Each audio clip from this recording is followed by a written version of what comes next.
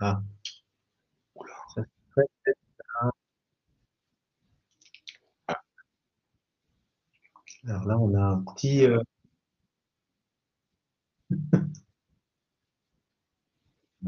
sujet.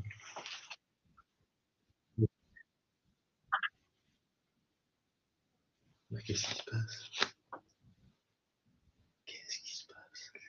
Comment c'est qu'on est Ouais, ouais, ouais. euh, Franck et Antoine, ça a commencé, hein. mais oui, mais on est sur une autre. Euh, Là, en fait, il y a une autre personne qui fait un webinaire. Qui fait un webinaire. Non, pour toi, ouais. Mais Et visiblement, on n'entend pas. On est en doublon là. non, non. Ange, alors on va demander Ange, Céline, Enzo, Florence, est-ce que vous nous entendez bien? Est-ce que vous entendez Franck et Antoine quand ils parlent? Ouais, donc non, hein, Mais nous, on a une voix qui nous perturbe. On a le son d'une présentatrice qui fait une conférence. mais parce que vous êtes pas, parce que vous avez, il doit y avoir un lien qui est ouvert, qui est pas le bon. Ah,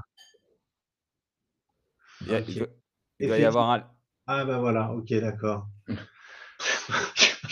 Bon, C'est bonjour. perturbant.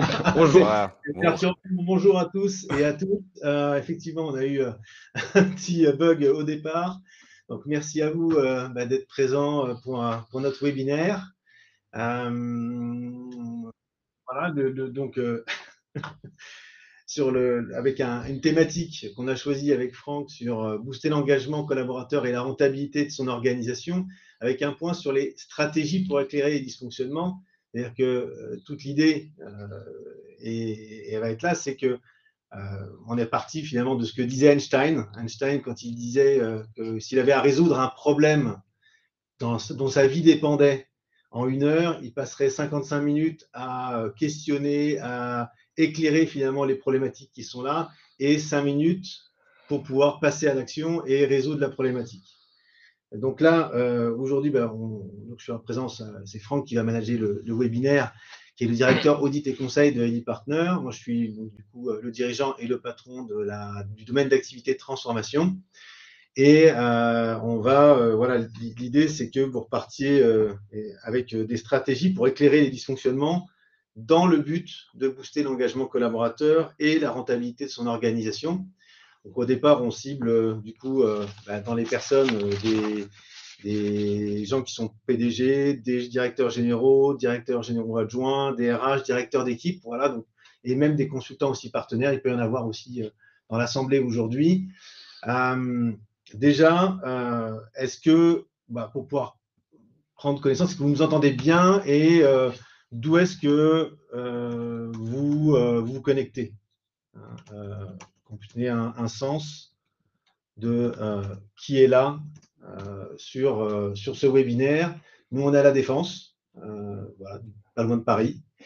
Donc, on voit qu'on a des personnes, voilà, Céline qui est donc de Belgique, de Lyon, ok, De Normandie. de Normandie, dans Paris, pas loin, ok, ben super. Région parisienne, ça marche pour Patricia. Ben, merci beaucoup. Ok, voilà. Donc, continuez à nous dire. Ah ben, on a des gens aussi d'Afrique, du coup, Djibouti. Ok. Voilà, donc, n'hésitez pas à marquer d'où vous vous appelez, enfin, d'où vous vous connectez. Ça nous permet de voyager. Euh, donc, ouais, l'idée de ce webinaire, hein, pour l'instant, on va faire connaissance pour bien comprendre qui vous êtes, vos problématiques, pour qu'on puisse adapter nos éclairages et que ce soit le moins théorique possible et que ça se passe dans l'interaction. Aborder ensuite les challenges qu'on rencontre lorsqu'on cherche à identifier, à diagnostiquer ce qui se passe et les problématiques qui peuvent se jouer lorsqu'on booste l'engagement collaborateur ou qu'on veut améliorer la rentabilité de son organisation et les bonnes pratiques pour le réaliser. Et ensuite, on va répondre à vos problématiques particulières. Et donc, c'est pour ça qu'on va chercher aussi à vous comprendre au démarrage de ce webinaire. Alors, on a 3 questions. Donc, question 1, c'est dans quel business vous êtes? Pourquoi? Parce que, en fait, si on est dans une entreprise qui est de 10, 15, 20 personnes, l'engagement collaborateur, il dépend beaucoup, on va dire, du dirigeant. Et ce n'est pas les mêmes leviers que si on est dans une entreprise de 500 personnes, une ETI ou une grande entreprise. il y a d'autres leviers qui se jouent et d'autres problématiques aussi en fonction des secteurs. Ce n'est pas la même chose dans un service d'innovation marketing ou dans un système d'information, parce que ben voilà, les codes sont différents et puis ce n'est pas la même problématique en termes de recrutement des talents ou d'engagement des talents. Donc voilà, donc est-ce que vous pouvez du coup nous dire dans quel business vous êtes? On vous laisse prendre le temps pour pouvoir faire ça, parce que ça nous permet aussi de vous partager aussi certaines de nos expériences et de pouvoir répondre à vos problématiques. Et enfin, la deuxième question, c'est quel est votre obstacle numéro 1 en matière d'engagement collaborateur? Est-ce que c'est des gens qui finalement qui sont en train de partir? Est-ce que c'est des gens où vous avez des projets et ces projets, ça fait 1, 2, 3, 4 fois, par exemple, que vous cherchez à le mettre en place et ça ne crante pas, ça n'adhère pas. Il peut y avoir des frictions, il peut y avoir des problématiques de on y va, mais on n'est pas sûr, donc du coup, on ne met pas toutes les ressources dès le départ. Et donc, ça joue sur le sujet de l'organisation. Et puis, quelles sont vos échéances, voilà, en termes de priorité? Donc, je vous laisse répondre à ces 3 questions dans le chat, et pour qu'on puisse aussi avoir un sens de qui est là et qu'on puisse partager avec vous. Donc, on a Hélène qui est dans une activité de conseil RH, d'accompagnement des équipes vers le changement. Il y a 6 collaborateurs. OK, parfait. Alors, je vous invite à y aller, à prendre le chat et puis à y aller, à partager. On est une vingtaine quand je regarde le nombre de personnes là. Donc, il y a des personnes comme Sébastien, comme Patrick, Patricia, Dylan, Jean-Claude, Corinne, Hélène, Florence, voilà. Donc, n'hésitez pas à pouvoir commencer à dire, voilà, qu'est-ce qui est en train de se passer pour vous. Donc, Patrick, qui est dans le business, qui soutient aux structures d'insertion socio-professionnelle des Franciliens, âgés de 16 à 25 ans, 20 collaborateurs. OK, alors du coup, c'est quoi vos sujets en termes d'engagement, en termes de rentabilité? J'imagine que ce n'est peut-être pas le sujet. À voir. Hein. Patricia, dans une PME du BTP, moins de 50 personnes. Il y a une nouvelle orientation business avec une nouvelle organisation et une confrontation de l'ancien modèle artisanat industriel vers un nouveau modèle start-up industriel. OK. Donc, effectivement, ce que j'entends, du coup, dans le j'entends que c'est la conduite du changement. On est dans une transformation en fait d'organisation. Et est-ce que le sujet il est sur l'engagement des personnes, du coup, sur le projet de transformation et la capacité à croire que ça va marcher, ou est-ce que c'est autre chose qui se joue? Okay, donc Patrick qui nous dit que c'est un manque de légitimité auprès des structures d'insertion et manque de visibilité auprès des acteurs extérieurs. Okay. Donc là, il s'agit finalement de la capacité à engager ou à booster l'engagement des personnes parce qu'elles se disent en manque de légitimité, dans le sens pas propriétaire du sujet, j'imagine. Enfin, j'essaie de comprendre. Hein. Donc, clarifier, ce sera top pour nous et on va pouvoir du coup apporter d'autres choses. Ok, Laetitia qui nous répond, personne principalement à faire adhérer, effectivement, au changement, ou ce que je comprends, c'est qu'il y a un changement de modèle. Hein, on passe de l'artisan industriel à start-up industriel. Donc, ça veut dire qu'aujourd'hui, vous êtes financé ou vous allez aborder peut-être de nouveaux marchés. Okay. Hélène qui nous dit « Mon obstacle, enclencher les comportements de changement, impression de tout porter en ma qualité de dirigeante. » Ok. Le sujet, c'est c'est d'arriver à faire en sorte que les gens prennent des responsabilités et s'engagent sur ces responsabilités et vous fassent du reporting en étant en train d'adhérer au changement, si je comprends bien. Enfin, j'essaie de comprendre, hein, de dire ce qui peut se jouer pour vous sans avoir la certitude que c'est exactement ça. Ok, oui, la capacité à engager les structures d'accompagnement. Ok. Ensuite, directeur d'établissement de service, 3500 personnes, encadrement de faible niveau. Ok. Donc, ce qui se joue pour vous, si j'entends Arnaud, c'est la qualité du management intermédiaire pour relayer la direction et le plan de transformation de l'entreprise, si je ne dis pas de bêtises. en termes d'engagement. OK. Ah, OK. Arnaud confirme exactement. OK. Bien. Écoutez, n'hésitez pas à continuer à partager. On va rentrer maintenant dans les sujets. Juste en aparté, qui on est. Illy Partners, c'est une société qui a maintenant une quarantaine d'années d'activité. Elle a été créée pour donner historique, par mon père, et puis par le père d'un autre associé qui s'appelle Alexandre, qui a été créé sur la dynamique à l'origine commerciale, et on est rentrés tous les deux dans l'entreprise en 2000, dans les années 2000. Et Franck nous a rejoint, Franck qui est à ma gauche, une première fois en 2006, une deuxième fois en 2012 en prenant des parts, et justement en manageant la direction 4, qui est inspiration, conseil et audit opérationnel. Voilà, on a 3 valeurs fondamentales, on fédère environ une quarantaine d'experts, et le sujet qu'on aborde, c'est comment aider, et soutenir les entreprises à transiter, à aborder leur plan de transformation, à faire adhérer les personnes, et notamment que ça se passe dans la sérénité. C'est-à-dire qu'on ne ramène pas les problématiques du boulot à la maison, et également dans l'entreprise, que ça donne confiance aux gens pour s'engager. On a une vision en fait assez particulière du leadership, où on voit que pour nous, c'est un domaine de conversation dans lequel on aide les gens, notamment les leaders, et on les aide à développer ces compétences-là. C'est d'engager et de créer un avenir dans lequel les gens ont envie de s'engager et du coup envie de passer à l'action de façon sereine.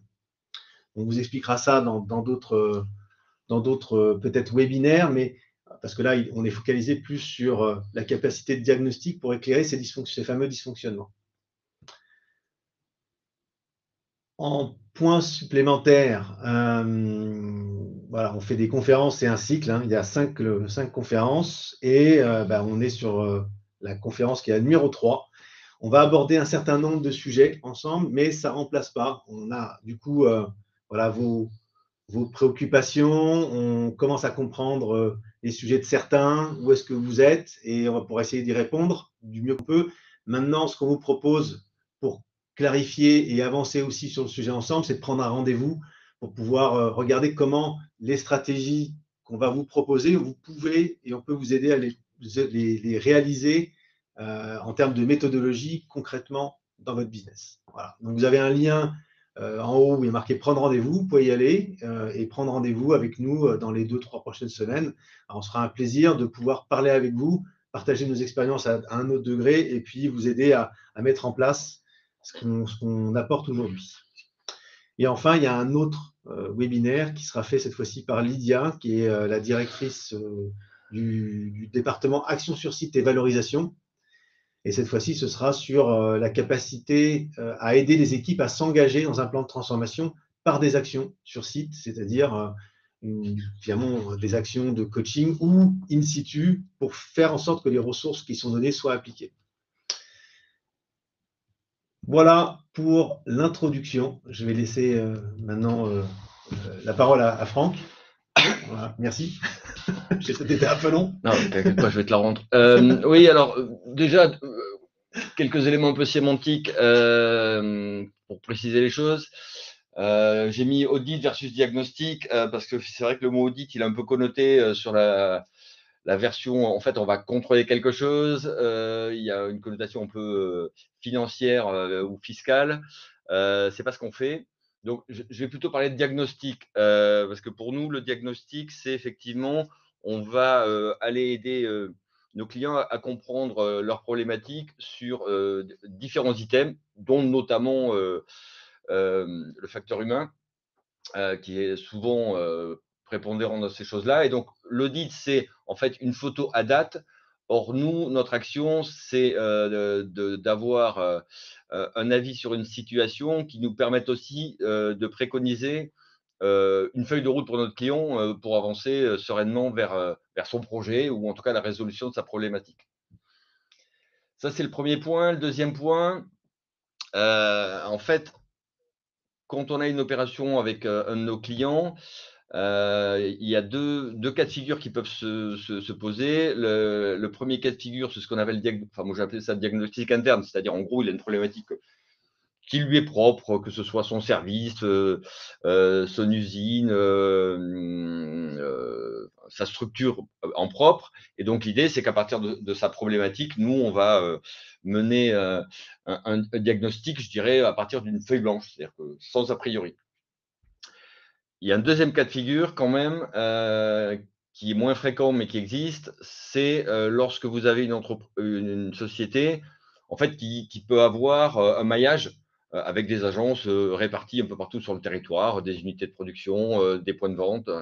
Et donc là, l'idée, c'est plus compliqué pour lui parce que ce qu'il a besoin, c'est d'avoir une version un peu plus homogène de la situation de chaque agence par rapport à un référentiel qu'on va construire avec lui. Voilà, donc c'est les 2 points sur lesquels on pourra avancer. Dans le premier cas, on vous donnera un exemple sur un site industriel sur lequel on a travaillé. Dans un deuxième cas, ce sera un exemple avec une structure en agence, justement, et vous montrer la différence d'approche qu'on peut avoir entre les deux. Vas-y, tu peux avancer. Donc le plan de conférence, voilà, ce sera exactement ça. La première phase, on vous expliquera effectivement comment on fonctionne sur la partie analyse de la problématique de notre client pour avoir notre propre point de vue. À l'issue de ça, on a une deuxième phase où, par rapport à ce qu'on a constaté, en fait, on construit avec le client la projection vers l'objectif cible avec les différentes marches à franchir. Et la troisième partie, qui peut être d'ailleurs de la conduite du changement ou toute autre action, c'est concrètement qu'est-ce qu'on met en place pour y arriver. Et ensuite, effectivement, en fonction du temps qui nous restera, je vous parlerai du cas des petites structures qu'on peut pas, on peut pas travailler de la même nature sur des toutes petites entités. Donc, nous, on est parti aussi d'un constat qui est valable sur l'ensemble des 5 conférences. Et pour ça, on vous partage en fait les résultats d'une étude d'un de nos cabinets partenaires qui s'appelle Eurogroupe Consulting, qui effectivement a fait si tu peux le mettre, et qui a fait un sondage auprès d'une population assez large d'entreprises pour savoir quelles étaient leurs problématiques en 2024. Et donc voilà les 3 points qui ressortent prioritairement. Le premier point, bon, ben, il étonne personne, mais il est assez fort, c'est la rentabilité. C'est-à-dire qu'on constate quand même que, enfin, après vous nous direz si c'est le cas chez vous, chez vos interlocuteurs, si vous êtes consultant. Bon, il y a quand même une grosse hausse des coûts qui a eu lieu en 2023, qui impacte quand même fortement la rentabilité des entreprises. Et aujourd'hui, on s'aperçoit qu'ils sont plus axés sur la marge que sur le chiffre d'affaires à court terme. Donc ça, c'est une priorité qu'on est obligé d'intégrer, quelles que soient les préconisations qu'on va faire à nos clients. La deuxième partie, qui est un peu liée quand même au final à ça, c'est les ressources humaines. Il ne faut pas oublier que la force d'une entreprise, c'est ses salariés. On voit que c'est en forte augmentation parce que l'engagement des collaborateurs, c'est ce qu'on disait, aujourd'hui, il est perçu comme plus faible. Vous avez sûrement entendu parler du fameux quiet quitting, où les gens en fait font le minimum parce que soit ils sont pas à l'aise dans ce qu'ils font, soit ils ont plus de sens dans ce qu'ils font, soit ils ont envie aussi peut-être d'avoir plus grande liberté dans la manière dont ils fonctionnent.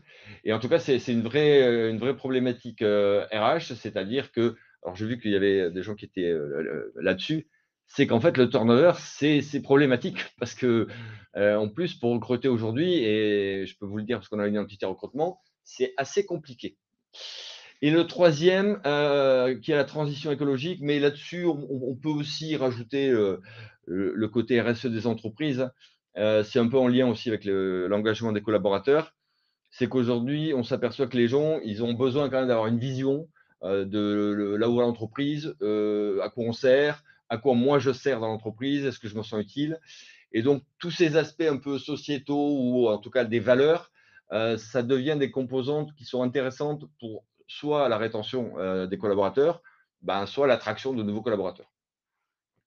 Voilà, et donc de manière un peu plus précise, quand ils ont posé la question au DRH, hein, vous avez l'ensemble des éléments qui ne sont pas étonnants, effectivement, la mise en place du télétravail et comment trouver le juste milieu, la politique de diversité et d'inclusion qu'on voit de plus en plus dans les sociétés, le fait d'avoir une adéquation entre les compétences et les postes, et ça c'est important.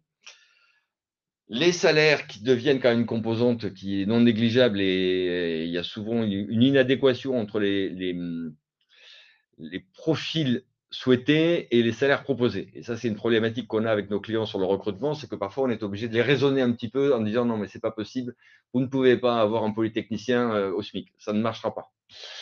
Et enfin, voilà, là où vous voulez mettre le point, c'est qu'ils ont quand même constaté, parce que je pense que beaucoup d'entreprises font des baromètres sociaux, qu'aujourd'hui, ils ont une difficulté sur cette motivation des collaborateurs et que ça a un impact direct et indirect sur la performance de l'entreprise.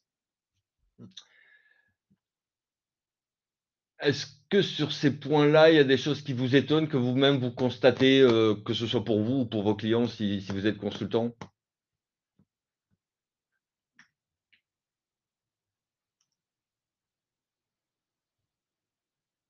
Il y a toujours un délai de réponse, hein, un temps de réponse, parce que comme il y a une dizaine, quinzaine de secondes de décalage. Ah, d'accord. Ouais.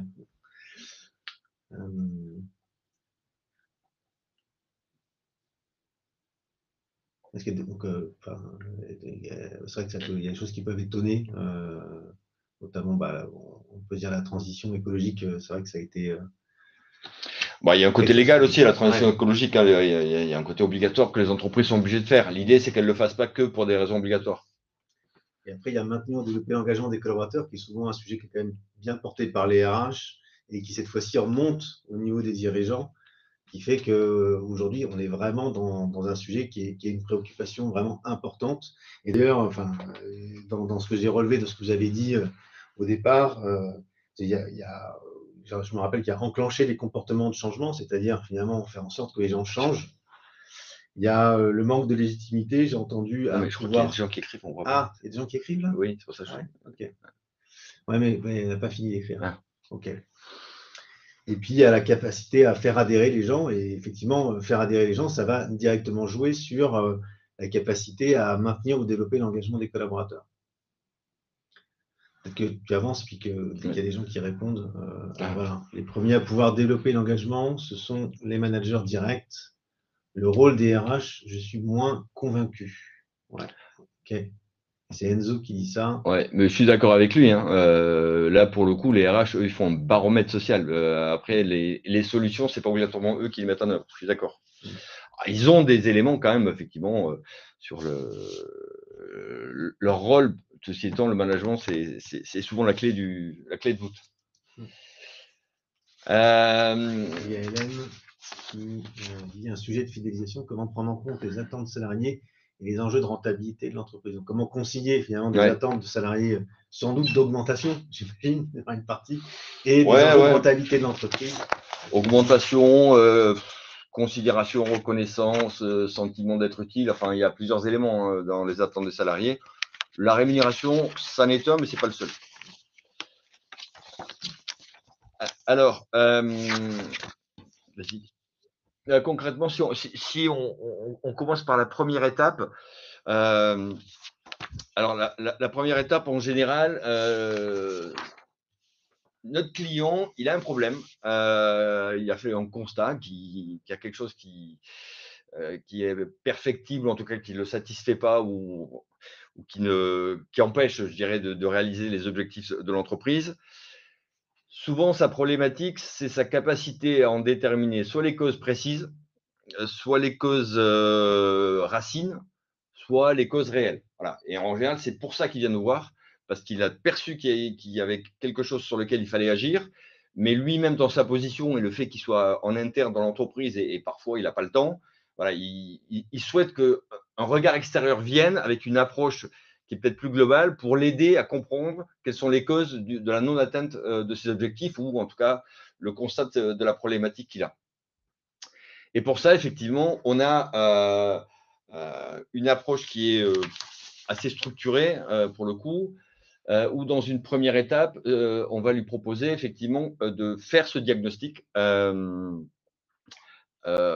Et pour ça, voilà, on vous a décrit une méthodologie. Alors, c'est un exemple. Chaque cas étant différent, il est probable qu'on fasse des choses légèrement différentes, mais on a une idée de structuration qui permet quand même d'avancer sereinement dans la manière dont on va faire les choses. D'abord, on va bien valider avec lui au départ quel est le problème qu'il a, quel est le constat qu'il a et quelle est la démarche qu'on va faire avec lui pour arriver à ce diagnostic. Et donc pour ça, généralement, ça va se matérialiser par la définition 1 des personnes à rencontrer, parce que si lui ne connaît pas les causes, eh ben, ça veut dire qu'il faut qu'on aille les chercher. On va définir avec lui, effectivement, quels sont les documents dont on a besoin, nous, pour s'imprégner du fonctionnement de l'entreprise, de la structure. Donc, ça peut être des process, les outils qu'ils utilisent, tout type de documents qui vont nous permettre de nous immerger finalement dans le monde du client. Et après, on va valider les modalités d'intervention et de pilotage en termes de timing, de nombre de personnes, les fonctions, les attendus. Et une fois qu'on a bien calé ça avec le client, en fait, voilà, on entre dans la démarche. Et pour ça, généralement, ça se matérialise par 3 points. Il y a un point qui peut être de la data analyse quand on a des éléments chiffrés à analyser pour comprendre un peu certains éléments. Et puis, il y a le côté humain, c'est-à-dire que voilà, nos consultants vont se déplacer dans l'entreprise pour aller faire des entretiens avec les personnes qu'on a définies comme étant clés, représentatives, ou en tout cas utiles à la compréhension de cette problématique. Et parfois, en fonction de ce qui est souhaité, on peut aussi faire des ateliers de collectif. Parce que parfois, c'est en collectif qu'on peut comprendre aussi les interactions des uns et des autres, ou de comprendre finalement les bonnes idées ou les bonnes pratiques que les gens ont, mais qui ne sont jamais remontées. Voilà. Et donc, parfois, on leur sert aussi de porte-voix. Et ce qu'on fait aussi, c'est qu'on demande, dans certains cas, à pouvoir assister sur le terrain à des actions qui se font. Alors, si je fais référence à la personne là, qui a dit management de faible niveau, par exemple, voilà, ben, on va dire, est-ce qu'on peut assister à un entretien individuel de cette personne avec un collaborateur?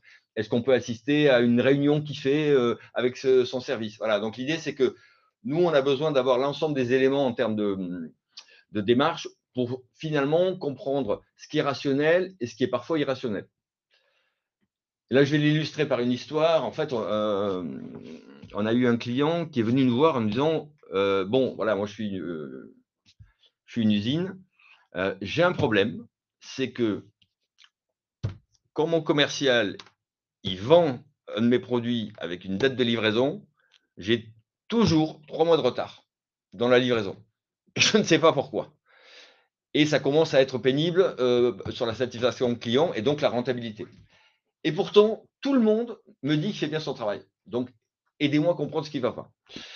Voilà, et donc là, la mission, ça a été, alors je vais employer des mots un peu techniques, hein, d'arriver à modéliser le flux organisationnel interservice, puisque finalement, il y avait plusieurs services qui étaient à la chaîne entre la commande et la livraison. Et donc, nous, on a eu des entretiens avec l'ensemble des services pour comprendre ce qui n'allait pas, en fait,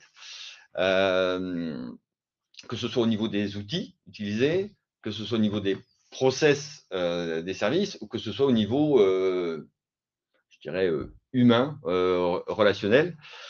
Et effectivement, le constat était intéressant hein, parce que en fait, il n'y avait rien qui allait, donc c'était bien, puisque les outils, ils en avaient, mais chacun le sien. Donc, effectivement, en termes de communication, il n'y avait rien qui se faisait. Les process, ben, ils existaient. Donc, le client nous a dit, ouais, des process existent. Sauf qu'on s'est rendu compte que les gens me disaient, ah oui, ils existent. Mais en fait, on ne les a jamais lus. Donc, chacun faisait un peu à sa sauce. Et le facteur humain, il était important et je pense qu'il avait été sous-estimé par le client parce que c'est comme tout. Hein, Il y a des gens qui s'aiment bien, il y a des gens qui s'aiment un peu moins, et ça joue. Et donc, si on prend le cas de ce client, quand la responsable d'administration des ventes, elle recevait 2 contrats de 2 commerciaux différents, et ben, celui qu'elle aimait plus, il passait devant, même si en théorie, l'autre était prioritaire. Voilà. Et donc, tous ces éléments-là, je vous donne des exemples. Nous, notre rôle, c'était de les comprendre, de sentir aussi un point qui est souvent sous-estimé, c'est l'historique. En fait, toute entreprise a un historique. Et c'est pas parce qu'on passe en 2024 que les gens ont oublié des choses qui sont passées en 2023, 2022 ou même parfois avant. Et donc, nous, on a besoin effectivement que les gens se libèrent, nous parlent, nous expliquent des choses et parfois d'ailleurs nous disent ce qui devrait être fait parce que souvent, ils n'osent pas communiquer à leur hiérarchie et pourtant, ils ont plein de bonnes idées. Et voilà, et notre rôle, nous, c'est de travailler sur cette matière grise. Alors, parfois, il y a du rationnel, parfois, il y a de l'émotionnel, parfois, il y a de l'organisationnel. Voilà. Et notre rôle, et ça, on le verra après, c'est, dans un premier temps, d'intégrer tout ça avec notre approche non hiérarchique et de pouvoir, effectivement, comprendre quelles étaient les fameuses causes dont je vous ai parlé. Voilà. Donc, ça, c'est la première approche qu'on a. Enfin, c'est la première étape que je vous ai illustrée par un exemple. Est-ce que j'ai été clair déjà sur la manière dont on approche cette phase-là?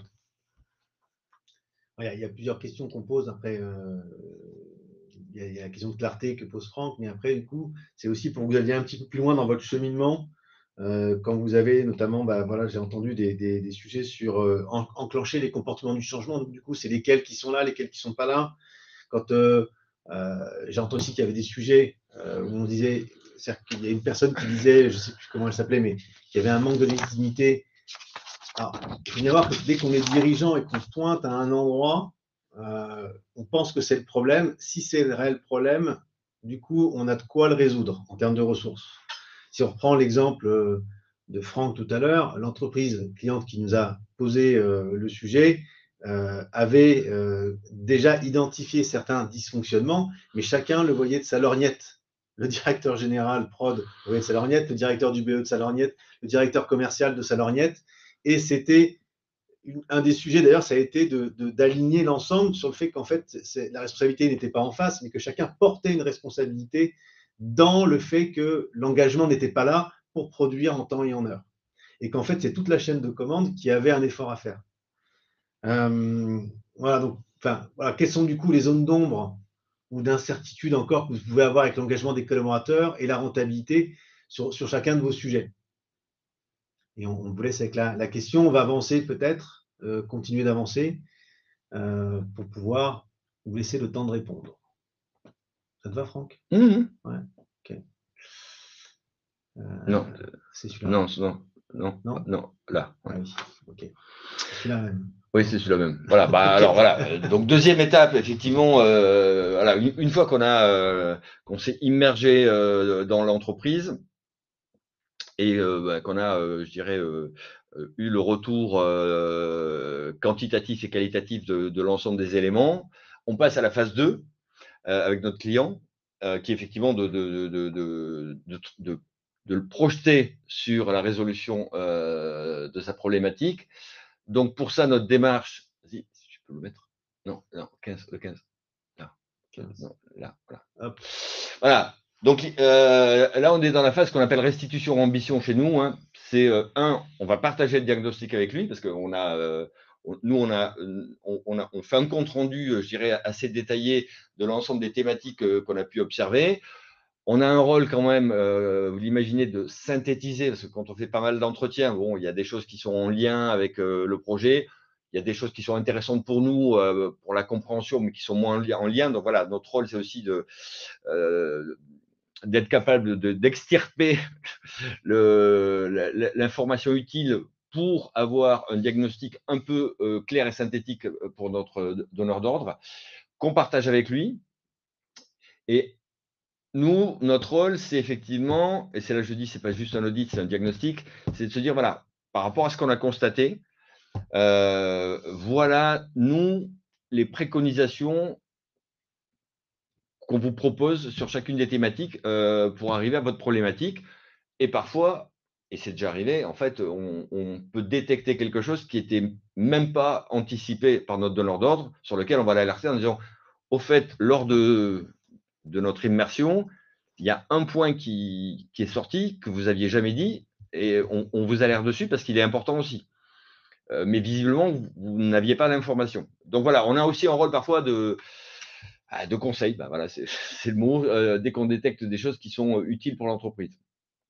Voilà, et donc l'objectif, c'est de construire la feuille de route avec notre client sur des éléments, je dirais, un peu plus concrets. Alors, ça, c'est des exemples, hein. Parfois, ce sera des ateliers collectifs avec les gens sur une thématique pour en sortir les bonnes pratiques, ou tout simplement parfois pour de la cohésion d'équipe si on avait constaté que c'était le problème.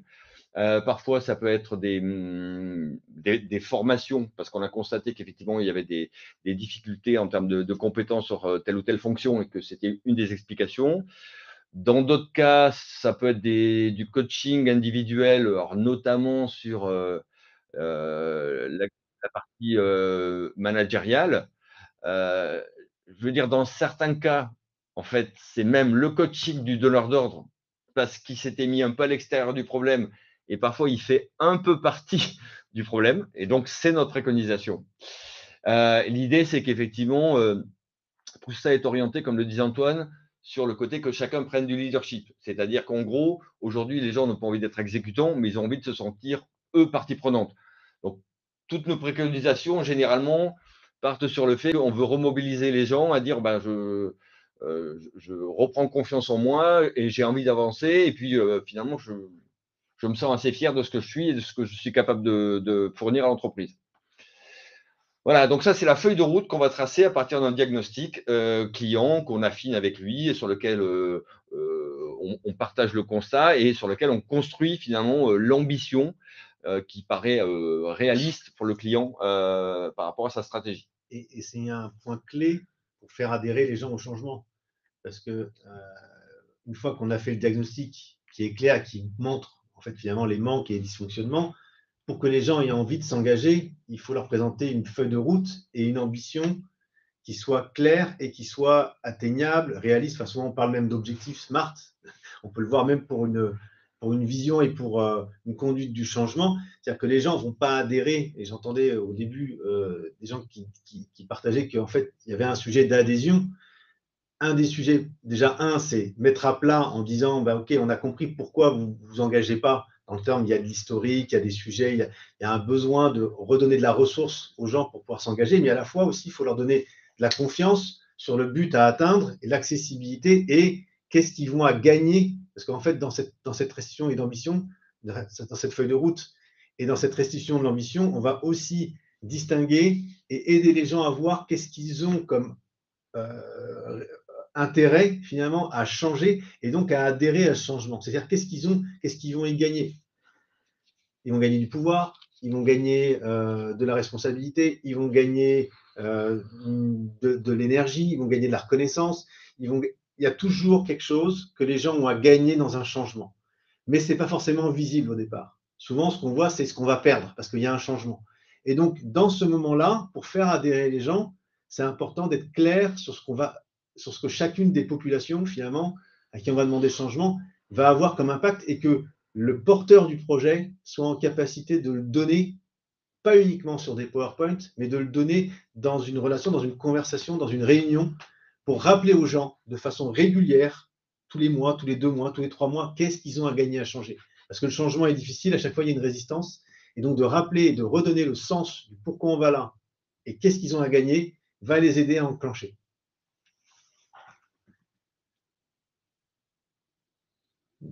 On avance, Franck? Très bien. Parce que, ouais, je vois le temps aussi qui qui passe. pas de souci. C'est 18. 18, ok. Hop. Voilà. Donc là, ensuite, on rentre dans la phase de mise en œuvre des actions, hein, comme l'a dit Antoine, avec évidemment des éléments, notamment sur la communication, sur la planification des actions. elles peuvent être très différentes d'une situation à l'autre, donc on ne va pas rentrer dans le détail d'une action. Par contre, là où nous, on intervient avec notre client, c'est qu'on lui dit, il faut qu'il y ait des changements rapides. Si on veut enclencher quelque chose, il faut que les gens, visiblement, voient que ça bouge. Et donc, c'est cette partie-là sur laquelle on fait un focus, c'est que on travaille avec lui sur ce qu'on appelle les quick wins. Voilà, c'est-à-dire en fait des actions qui ont un résultat observable rapide pour les salariés. Parce que l'objectif, c'est de se dire que, quand on dit aux gens, il faut monter l'escalier, l'escalier, il est haut. J'y arriverai jamais. Donc, ça les démotive. Et nous, notre rôle, c'est de dire, si on arrive rapidement à leur faire monter la première marche, ils vont se dire, ah, finalement, c'est peut-être pas impossible. Voilà. Et donc, là où on va travailler avec le client, c'est effectivement des choses rapides sur lesquelles on peut avoir un résultat rapide. Ce n'est pas la totalité du projet, mais en fait, il faut travailler rapidement sur la première marche. Voilà. Et ensuite, voilà, on fait un bilan avec lui, on regarde comment ça fonctionne, et ensuite, voilà, on peut lancer des opérations un peu plus longues, plus lourdes, peu importe. Voilà, les gens ont déjà commencé à basculer.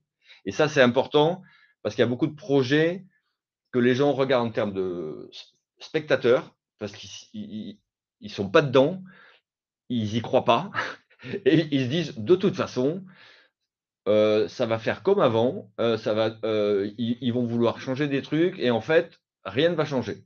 Et alors ça, c'est la plus grosse difficulté. Et donc nous, on doit tracer le chemin sur la première marche. Voilà. Et après, effectivement, libre au client de travailler avec nous sur les autres marches. Voilà, donc globalement, c'est en 3 phases, hein, vraiment les grandes idées qu'on a, les grandes démarches qu'on fait avec le client. Peut-être, Antoine, si tu veux illustrer avec des exemples un peu concrets. Hein. Là, c'est dans un Voilà. laboratoire pharmaceutique, dans une unité de production. En fait, on est intervenu, il y avait un sujet en fait de perte de rentabilité. Hein. En fait, le chiffre d'affaires, enfin le volume de production était en train de chuter, et ça a cristallisé aussi une difficulté dans le management, dans le sens où vous avez quand même énormément mis de processus, et plus plus le volume chutait, plus ils remettaient du process, de la structure, de la rigidité, pour essayer de faire en sorte que les gens travaillent mieux. Et en faisant ça, en fait, il y avait un effet qui ne marchait pas. Et c'est à ce moment-là où on est rentré en relation avec le directeur de la production, et qu'on a commencé à auditer et diagnostiquer les principaux dysfonctionnements. Et ce qu'on a vu, c'est que en fait, l'entreprise était en train de grandir, mais qu'il n'y avait plus, le management n'incarnait plus les valeurs qui étaient là au départ, et donc les gens avaient une perte de sens. Donc la première chose qu'on a fait, une fois qu'on a mis ça en place, c'est de former les managers on va dire, aux fondamentaux du management, à l'animation d'équipe, à remettre de la vie et de l'animation dans les équipes à travers des rituels qui sont les entretiens, les briefings, les passages de consignes et les réunions. Mais ça ne suffisait pas, parce qu'en fait, on s'est aperçu d'une autre chose, c'est que en fait, dans la transformation, qui était aussi une augmentation de capacité, ça manquait de clarté. Et notamment, les périmètres n'étaient pas suffisamment clairs, et l'ambition n'était pas suffisamment clarifiée. Donc les changements demandés aux personnes et aux activités ne prenaient pas sens, et les gens n'adhéraient pas et ne s'engageaient pas totalement en fait dans le changement. Et donc c'est là où on a commencé à créer une méthodologie sur des cartes d'identité par secteur, pour arriver à faire en sorte de casser les silos et faire en sorte que chacun soit capable de se positionner dans son secteur, sache quelle est la création de valeur qu'il a à apporter, et les interactions les unes avec les autres. Donc ça s'est traduit par des cartes d'identité qu'on a fait créer dans les différentes structures et partagées aux équipes. Puis on a identifié des activités cœur dans chacune des activités, et on a mis en place tout un système de RACI, hein, donc de capacité à donner de la clarté sur le processus et sur la capacité des gens à exécuter, et les rôles, les interactions intérieures. Et ensuite, créer une carte des coopérations globales, qui a fait que ça a donné une vision d'ensemble à l'ensemble des équipes, de la clarté sur ce qu'il fallait changer en termes d'opération sur certaines activités et ensuite avoir une vue d'ensemble pour montrer que tout le monde faisait sa part. Et à ce moment-là, ça a pris et ça a bien fait redécoller tous les indicateurs, améliorer à la fois la rentabilité, l'activité et, chose magique, c'est que ça a fait revenir des gens qui étaient partis de l'entreprise depuis 1 an, 2 ans, ça les a fait revenir dans l'entreprise et les ont réembauchés. Chose que j'ai trouvé remarquable, parce que c'est pas souvent que ça se passe comme ça. Ah non, Mais ça montrait bien aussi que l'entreprise avait avait pris sa responsabilité finalement sur ce sujet-là et a bien vu qu'en fait, des employés étaient qualifiés, étaient partis du fait d'un manque de synergie en interne. Et en ayant résolu ce problème-là, ils ont été les rattraper, les rechercher, et on a été les aider aussi pour ça, pour faire revenir ces personnes-là, pour cette fois-ci enclencher à un autre degré. Donc c'est possible, voilà, de changer une organisation. Ça a pris 2 ans, hein, 2 ans et demi, et de faire en sorte de faire un switch complet, notamment en termes de conduite du changement, et faire réadhérer et re-rentabiliser une entreprise. Attends, peut-être un retour là-dessus pour voir si c'est clair quand même les différents éléments qu'on a pu faire avec ce client. Est-ce que la méthodologie qu'on a fait sur cet exemple précis, voilà, vous parle? C'est des choses que vous avez déjà vues?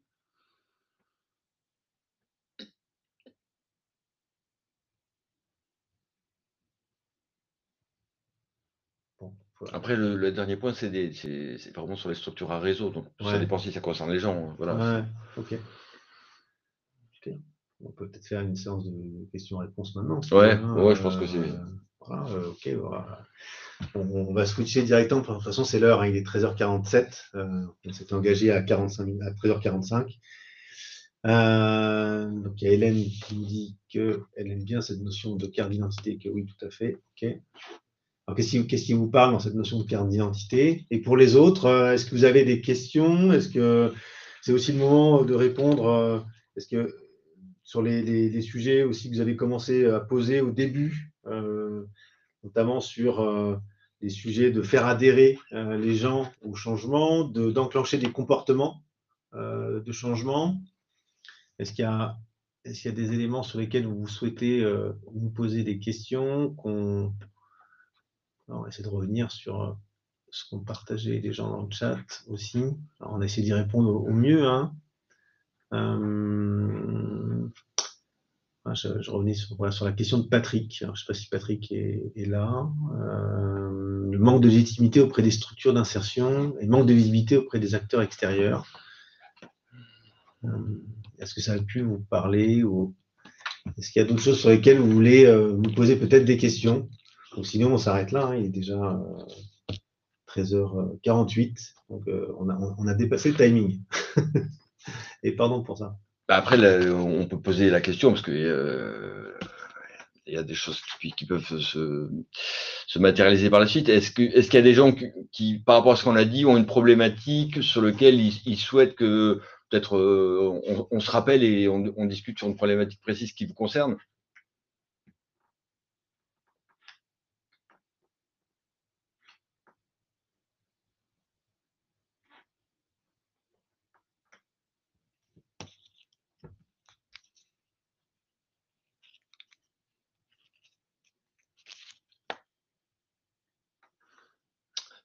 Sachant que tu n'as pas mis la partie où ils peuvent prendre rendez-vous, si. Tu l'as pas dit. En haut. Ah, mais d'accord. Si vous voulez prendre rendez-vous, n'hésitez pas.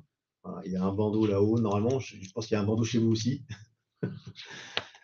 Ok. Il y a des gens qui disent que les informations sont utiles dans un premier temps. Merci déjà pour ça. Écoutez, il y a Claude qui écrit une idée pour favoriser et maintenir l'adhésion. Ok. C'est compliqué parce que chaque cas étant particulier, je ne peux pas faire une réponse de DRH en donnant une solution magique. Donc c'est pour ça que nous, ce qu'on propose, c'est que pour avoir un avis, il faut quand même qu'on comprenne le contexte. Voilà. Et donc, c'est Hélène. Si on s'appelle et que vous nous exposez plus précisément, on peut avoir une idée. Mais là, from scratch, c'est un peu plus compliqué. Voilà. Sinon, on va vous donner un message théorique. Je ne suis pas sûr que ça va vous aider. Hélène, c'est vous qui disiez aussi que vous aviez des sujets sur le fait d'enclencher les comportements de changement. Okay. Moi, je vous invite à prendre rendez-vous avec nous. Voilà. Écoutez, merci beaucoup. Merci. Les gens qui sont en train de partir et de nous remercier. Merci beaucoup. On était ravis de pouvoir échanger, partager certaines de nos pratiques. Rendez-vous en avril pour ceux qui veulent avoir une suite à ce webinaire. On n'hésitera pas à vous faire passer les informations en tout état de cause. Merci beaucoup pour votre participation, les questions aussi que vous avez posées et à bientôt. Merci. Merci, au revoir et bon week-end.